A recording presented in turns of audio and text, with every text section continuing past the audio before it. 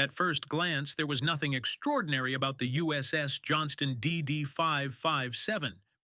She was just another Fletcher-class destroyer, 376 feet of steel and sweat, designed to protect larger ships from submarines and aircraft. Commissioned in October 1943 under Lieutenant Commander Ernest E. Evans, Johnston joined the Pacific Fleet as part of Task Unit 77.4.3, Taffy 3. Evans was different. Half Cherokee, half American legend, he ran his ship like a family, but fought like a man who had something to prove. When he took command, he told his crew, "This is going to be a fighting ship. I intend to go in harm's way, and anyone who doesn't want to go along had better get off right now." No one left. By October 1944, the Pacific War had reached its boiling point.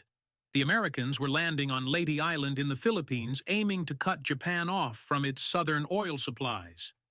Japan responded with Operation Show 1, a desperate plan to lure Admiral Halsey's main fleet away and strike the invasion beaches with what was left of its navy.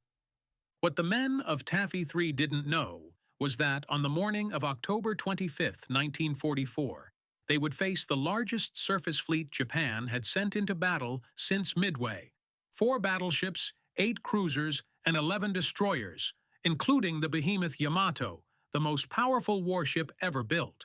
Johnston's crew had no idea. At dawn, they were just another tiny escort formation guarding slow-moving escort carriers, jeep carriers, that launched close air support for the troops on Leyte. The sea was calm, the sky pale blue, and breakfast was being served when radar operators began to see something unusual on their scopes: multiple large returns coming fast from the northwest.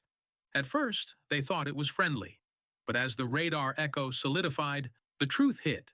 Contacts bearing 325 degrees, range 20 miles, closing fast. Evans didn't hesitate. "All hands to general quarters," he barked. The calm morning shattered under the wail of the battle alarm. Men dropped spoons, ran to their stations, and Johnston's boilers roared to life. Within minutes, the destroyer was racing north, straight toward what they still thought might be a few cruisers.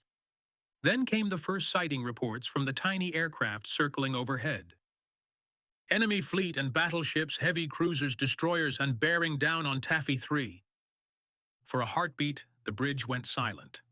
Johnston, a ship that displaced just over 2,000 tons, was now staring down a Japanese center force of over 200,000 tons of steel.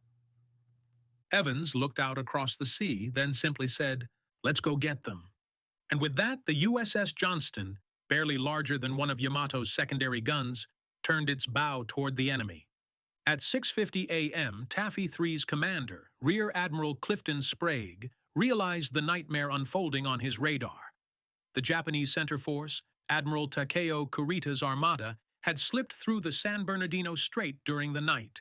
Now it was bearing down on his tiny escort group: 6 escort carriers, 3 destroyers, and 4 destroyer escorts. They were outnumbered, outgunned, and out-armored by a margin so absurd that most officers refused to believe the contact reports at first. But by the time the first enemy salvos landed, disbelief turned into grim certainty. Over the horizon, mushrooming splashes rose hundreds of feet in the air. The Japanese battleships had opened fire from over 20 miles away. "Those aren't exercises," Evans said calmly on Johnston's bridge. "They're shooting at us." Each shell from the battleship Yamato weighed over 3,000 pounds. One hit could obliterate a destroyer outright. But instead of falling back or laying smoke like doctrine suggested, Commander Evans ordered Johnston ahead, full speed. While Taffy 3's escort carriers scrambled their few available aircraft, Johnston raced alone toward the enemy formation. No destroyer had ever done what she was about to attempt: a solo torpedo attack on an entire fleet of capital ships. The sea around them erupted as shells slammed into the water, sending boiling geysers over the deck. Sonneman tracked the range: 18,000 yards, 17,000, 16,000, closing fast. Evans maneuvered violently, zigzagging, weaving through columns of water. He was fighting not just to survive, but to close the gap to torpedo range. All engines ahead flank, commence firing. Johnston's 5-inch guns roared to life, spitting fire and steel. Her gunners targeted the nearest Japanese cruiser, Kumano, scoring multiple hits across her superstructure. At 9,000 yards, Evans gave the order. "Stand by torpedoes, fire!" 10 torpedoes streaked from Johnston's tubes, leaving silver trails through the churning sea. Moments later, one slammed into Kumano's bow. The explosion ripped through her forward magazines, tearing off the entire front section of the ship. For a few seconds, the men aboard Johnston cheered. They had just crippled a Japanese heavy cruiser with one hit. But celebration turned to chaos as enemy shells bracketed their position. A massive round struck the destroyer's forward section, disabling one of her 5-inch mounts and knocking out communications. Shrapnel tore through the bridge. Evans was hit in the face, blood streaming down his cheek. He wiped it away, looked to his men, and shouted, "Keep firing! We're not done yet!" Despite heavy damage, Johnston continued to charge, laying dense smoke to shield the carriers behind her. Her battered guns kept firing, slower now, but with deadly precision. By 7:20 a.m., Evans had done what no one thought possible. He had halted the Japanese advance, if only for a moment. Behind the smokescreen, the escort carriers of Taffy 3 were turning away, launching every aircraft they had left, even those armed only with machine guns. The battle for Leyte Gulf had turned into a knife fight between giants and gnats, and USS Johnston had just drawn first blood. By 7:30 a.m., the Pacific was chaos. Shells whistled overhead like freight trains. Columns of black smoke rose from burning ships. The escort carriers of Taffy 3, Gambier Bay, White Plains, Kalinin Bay, Fanshawe Bay, Kitkin Bay, and St. Lo, zigzagged desperately as the Japanese fleet closed in. And in the middle of it all, the USS Johnston, half-crippled and bleeding oil, refused to die. Her radar was gone. Her main battery director was out. She was effectively fighting blind. But Lieutenant Commander Ernest Evans wasn't the kind of man to retreat. "We're going back in," he said. "The carriers need time." Every man aboard understood what that meant, and none protested. The destroyer turned again toward the enemy, accelerating through the smoke like a wounded wolf going for one last strike. Across the horizon, the silhouette of battleships appeared. Yamato, Kongo, and Haruna, their enormous guns flashing with orange fire. The sea erupted with 18-inch shells. Each blast threw up a wall of water that towered above the destroyer's mast. The concussions rattled bolts loose from bulkheads and sent men sprawling across the deck. But Johnston kept going. Her gunners switched to rapid fire, targeting a cruiser that had broken through the smoke, the Chikuma. Shell after shell from Johnston's 5-inch guns slammed into her upper decks, knocking out anti-aircraft positions and starting fires. On the bridge, Evans barked orders through the din, his voice hoarse and bleeding. He had been hit again, this time shrapnel tearing through his left hand. He wrapped it in a rag and kept commanding, "Target her bridge, keep her blinded." At 7:50 a.m., Johnston's ammunition for the main guns began running low. The crew switched to alternating salvos, one forward mount, then the other, conserving every shell they had left. The destroyer had been hit at least 20 times by now. One shell blew open her port side near the waterline, flooding the forward compartments. Another destroyed her No. 2 gun mount completely, killing everyone inside. And still, the gunners fought on. As Johnston dueled with Chikuma, American escort carriers behind her launched everything that could fly. Fighters, torpedo bombers, even unarmed planes loaded with depth charges. The air crews dove fearlessly into the oncoming fleet, strafing bridges and dropping smoke bombs to cover Taffy 3's retreat. In the midst of this chaos, a voice came over the radio, the calm tone of Admiral Sprague. "Small boys, attack! Torpedo attack!" Evans didn't need to be told twice. "Come left! Prepare for another run." The crew stared in disbelief. Their ship was half dead, leaking oil, one engine out, and their captain was turning her back toward the Japanese fleet for a second torpedo run. It was madness. It was suicide. It was exactly what made Johnston unforgettable. At 8:10 a.m., she charged again, through her own smoke, through shellfire so thick it turned the sky gray. Every man aboard knew this could be their final attack, but they also knew if Johnston didn't fight, the carriers would die. At 8:15 a.m., USS Johnston burst from the smoke like a phantom, charging straight into a wall of Japanese steel. Her deck was scorched, her hull ripped open, and yet her engines still answered the call. Ahead of her loomed three Japanese cruisers, Chikuma, Suzuya, and Ton, their guns hammering the sea in thunderous rhythm. Each salvo threw water so high it rained down like a storm over the destroyer. Inside Johnston, men worked knee-deep in water, hauling shells by hand to the last functioning gun mounts. The heat was suffocating. The smell of burning insulation and cordite hung heavy in the air. The forward magazine was flooding. Power flickered. And still, Commander Ernest E stood at his post, shouting orders through a voice now reduced to a rasp. If we can draw their fire, the carriers might make it. Hold steady. From the carrier group miles behind, radio operators could hardly believe what they were hearing. Johnston, already hit more than 24 times, was now closing to within 7,000 yards of the Japanese line. Evans' plan was desperate but brilliant. He would force the Japanese cruisers to engage him, buying precious minutes for the escort carriers to retreat and launch one final airstrike. All remaining torpedoes, ready tubes 1 through 4. The order crackled through the ship. The torpedo crew worked in eerie calm. No shouting, no panic. They knew the odds. They also knew their captain wouldn't ask them to do anything he wouldn't do himself. At 8:20 a.m., Johnston released her final salvo of torpedoes. 4 streaks of white foam raced toward Chikuma and Ton. Moments later, one struck home. The explosion ripped through Chikuma's stern, throwing debris hundreds of feet into the air. The cruiser slowed, fire spreading across her aft decks. Johnston's men cheered, a brief, raw burst of hope. But it was short-lived. Within seconds, Yamato's 18-inch guns roared again, and the ocean erupted around them. A near miss lifted the destroyer halfway out of the water, showering the bridge with splinters of steel. Evans was thrown to the deck, bleeding from a new wound in his leg. He pulled himself up, gripping the railing with his good hand. "Keep fighting. Don't stop shooting." Behind Johnston, the 2 other destroyers of Taffy 3, Hole and Heerman, joined the attack, inspired by Evans' madness.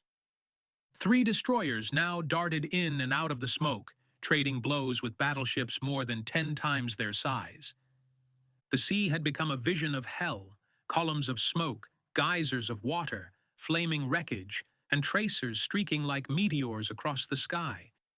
Above them, American aircraft dove in low, strafing Japanese decks, dropping makeshift bombs, and even throwing empty fuel tanks in desperation. By 8:30 a.m., Johnston's last torpedo was gone. Her ammunition was nearly spent. But instead of turning away, Evans ordered one final approach, this time to shield the carrier Gambier Bay, now under direct fire from Congo. "We're going to draw their fire off her," he said simply. The crew obeyed without hesitation. The destroyer swung broadside, laying down every shell she had left. Against all logic, the Japanese battleships shifted their fire toward Johnston, a battered, burning destroyer that simply refused to sink. And for those few moments, she succeeded. Gambier Bay escaped for now. The price, however, was coming due. By 8:40 a.m., USS Johnston was barely recognizable as a warship. The once sleek destroyer was now a mangled, smoking silhouette, her decks cratered, her sides torn open by shellfire, her mast hanging at a broken angle. And still, she fought. Her remaining gun crews, some with burns, others with bandaged arms, kept the 5-inch mounts firing manually. The automatic fire control systems were long gone. Every shot now required aim by hand, judged by instinct and smoke. The Japanese battleship Congo and cruisers Chikuma and Ton closed the distance, raining shells that tore through Johnston's superstructure. A direct hit wiped out the forward engine room, cutting her speed in half. Another exploded near the aft gun, killing everyone in the open mount. But the destroyer would not die quietly. "Keep firing! Hit anything you can see!" Evans shouted from the exposed bridge. His uniform was soaked in blood. He could barely stand. His left hand, mangled by shrapnel, hung useless at his side. But his voice still carried across the deck, steady, defiant. At 8:45, Gambier Bay, the escort carrier Johnston had been protecting, finally took a fatal hit. Shells from Congo ripped through her hull, setting her ablaze. As the carrier slowed and listed, her crew began abandoning ship. Evans watched in silence as men leapt into the burning water. He knew Johnston couldn't save them, but she could still make the Japanese pay for every inch they gained. The destroyer swung broadside once more, hammering Chikuma with her last remaining shells. Smoke and fire rose from the Japanese cruiser. Another hit. Then came the final blow. At 9:05 a.m., a shell from Yamato's secondary battery slammed into Johnston's side, ripping open her remaining boiler room. Power failed instantly. The ship shuddered and slowed, dead in the water. Inside the engine spaces, sailors scrambled to control flooding, but the pumps were gone. Steam hissed through ruptured pipes. In the control room, the lights flickered once and went out for good. Still, the gunners refused to stop.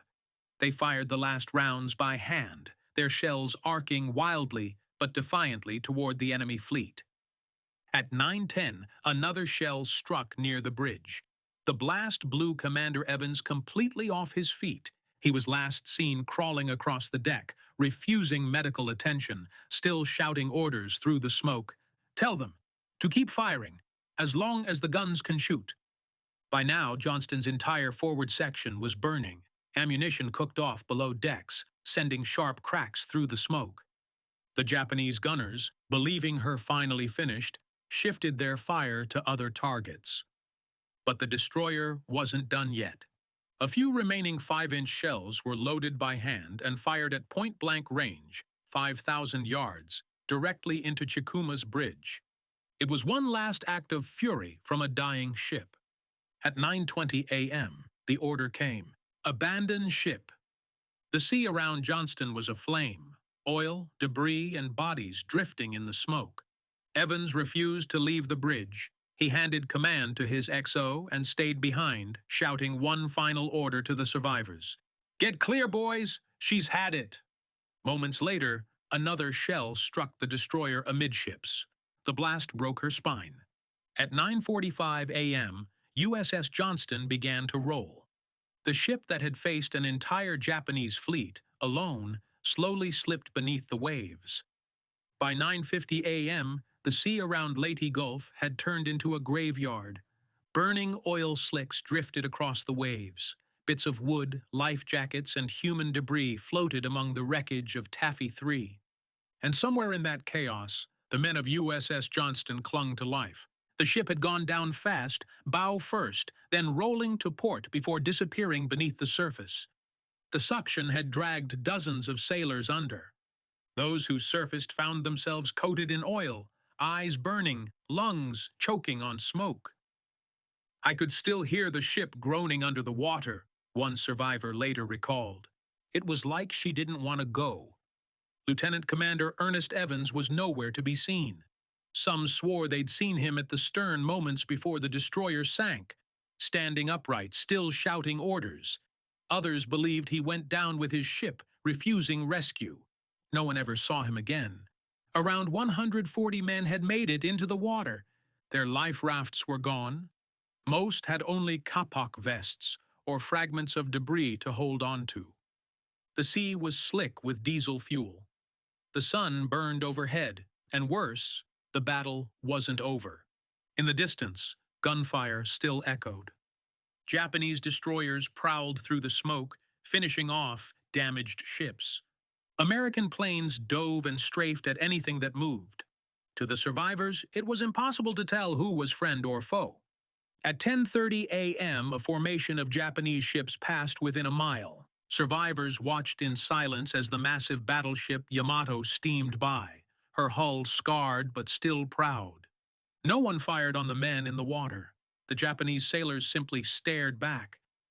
Hours passed. The sun climbed higher. The survivors tried to organize themselves, linking arms, sharing what few canteens and first aid kits had surfaced.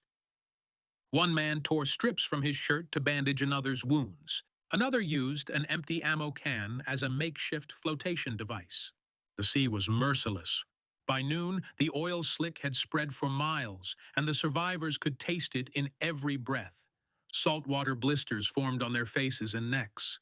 Some men drifted away, delirious from heat and pain. At 1300, a storm began rolling in, black clouds on the horizon, thunder echoing over the waves. For a moment, it felt like the Pacific itself was mourning. The survivors clung to debris as rain fell in sheets, washing the oil from their faces. Lightning flashed over the distant wrecks of Gambier Bay and Hull. The men of Johnston didn't know it yet, but their sacrifice, and Evans' impossible stand, had saved every surviving carrier of Taffy 3. While they drifted in silence far to the north, Admiral Kurita, commander of the Japanese center force, had made his fateful decision. Confused by smoke and believing he faced a much larger force, he ordered his entire fleet to withdraw. The tiny escort carriers and their destroyer screen had done the impossible. They had turned back the most powerful surface fleet Japan ever sent to sea. But for the men floating in the oil-stained water, that victory meant little now. Night was coming, and with it, cold, sharks, and silence. As the sun disappeared beyond the black horizon, the survivors of USS Johnston faced a new enemy, the night. They had been floating for nearly 12 hours. The once warm, tropical water had turned cold, and every breath came in short, shivering gasps. Oil clung to their faces and clothing. Salt water had eaten through their skin. Many were hallucinating, whispering to people who weren't there. Every direction looked the same. Black sky, black water, no horizon, one sailor later wrote. You couldn't tell if you were alive or already gone. Some still held on to floating debris from the ship, hatch covers, planks, even ammunition crates. Others simply floated, too weak to move. The smell of fuel hung thick in the air. Whenever someone coughed, it came up black. And then came the sharks. The first attacks began shortly after dusk. Men screamed in the darkness as shapes brushed past their legs. Some tried to fight back, swinging at the water with knives or bare fists. Others simply disappeared beneath the waves without a sound. There was nothing the others could do. They just held tighter to each other and waited for the splashes to stop. We prayed, one survivor said, not to be rescued, just to die quick. Despite the horror, the survivors tried to keep their morale alive. A few men sang softly, old Navy songs broken by coughing and sobs. When someone drifted away, they'd shout their name until the darkness swallowed it. Hours stretched like days. Lightning flashed occasionally on the horizon, illuminating faces slick with oil and salt. Each flash revealed fewer men than before. At 3 a.m., a rain squall passed over them. The men opened their mouths, letting the fresh water wash the salt from their throats. It was a small mercy in an endless night. Somewhere out there, other survivors, from Hull, Samuel B. Roberts, and Gambier Bay, drifted too. Hundreds of men scattered across the sea, each group unaware the others still lived. At dawn, the sky turned gray. The storm faded, and the survivors could finally see each other again, fewer than before. Of the 327 men who had served aboard Johnston, barely 141 were still alive by sunrise. They had no food, no water, and no rescue in sight. The battle was long over, but for them, the fight to survive had only just begun. The morning of October 26, 1944, broke calm and eerily quiet over the Philippine Sea. The smoke from the previous day's battle had drifted away, leaving only an empty horizon, and the scattered survivors of Taffy 3. For the men of the USS Johnston, it had been nearly 24 hours since their ship went down. Their lips were cracked, their skin was blistered. Many were delirious, muttering to voices that weren't there. And then, just after noon, someone shouted, "Plane! I see a plane!" A U.S. Navy PBM Mariner patrol aircraft appeared low over the waves, circling slowly. The men screamed and waved, using strips of clothing, mirrors, even their helmets to signal. The plane banked, waggled its wings, and dropped a flare. Rescue was coming. By mid-afternoon, the destroyer escort USS Raymond and the destroyer USS Dennis began pulling men from the sea. Others were rescued by the USS John C. Butler, and several landing craft diverted from nearby operations. Of the 327 men who had fought aboard the Johnston, only 141 survived. Commander Ernest Evans was not among them. He was last seen badly wounded, still giving orders on the bridge as the ship went under. The Navy officially listed him as missing in action, presumed dead. In 1945, Evans was posthumously awarded the Medal of Honor, the first Native American naval officer ever to receive it. The citation read in part, "For conspicuous gallantry and intrepidity at the risk of his life above and beyond the call of duty." In the face of overwhelming odds, Commander Evans led his ship and crew into action against a vastly superior force, inspiring his men to acts of heroism that will live forever in the annals of naval history. Every surviving crewman would later say the same thing, that Johnston didn't sink. She fought until the sea claimed her. The Japanese themselves were stunned. Admiral Kurita's fleet, which had included 4 battleships, 8 cruisers, and 11 destroyers, had turned back, convinced they faced a much larger American force. In truth, they had been stopped by 3 destroyers and 4 escort destroyers, led by Evans' impossible courage. For decades, the exact resting place of the Johnston remained a mystery, lost beneath the depths of the Philippine Sea. Then, in March 2021, explorers aboard the research vessel Petrel located her wreck at a depth of 21,180 feet, the deepest shipwreck ever surveyed. Footage showed her bow intact, her guns still aimed toward the direction of the Japanese fleet, as if she were still fighting. The words engraved on the memorial to the crew at Fort Sill, Oklahoma, capture the spirit of their stand. This is what destroyer men are made of: steel on the outside and iron on the inside. The Battle off Samar would go down in history as one of the greatest displays of naval courage ever recorded. Against impossible odds, a handful of American destroyers turned back a fleet that should have annihilated them. And at the heart of it all was a single name: USS Johnston, DD 557, the destroyer that refused to die.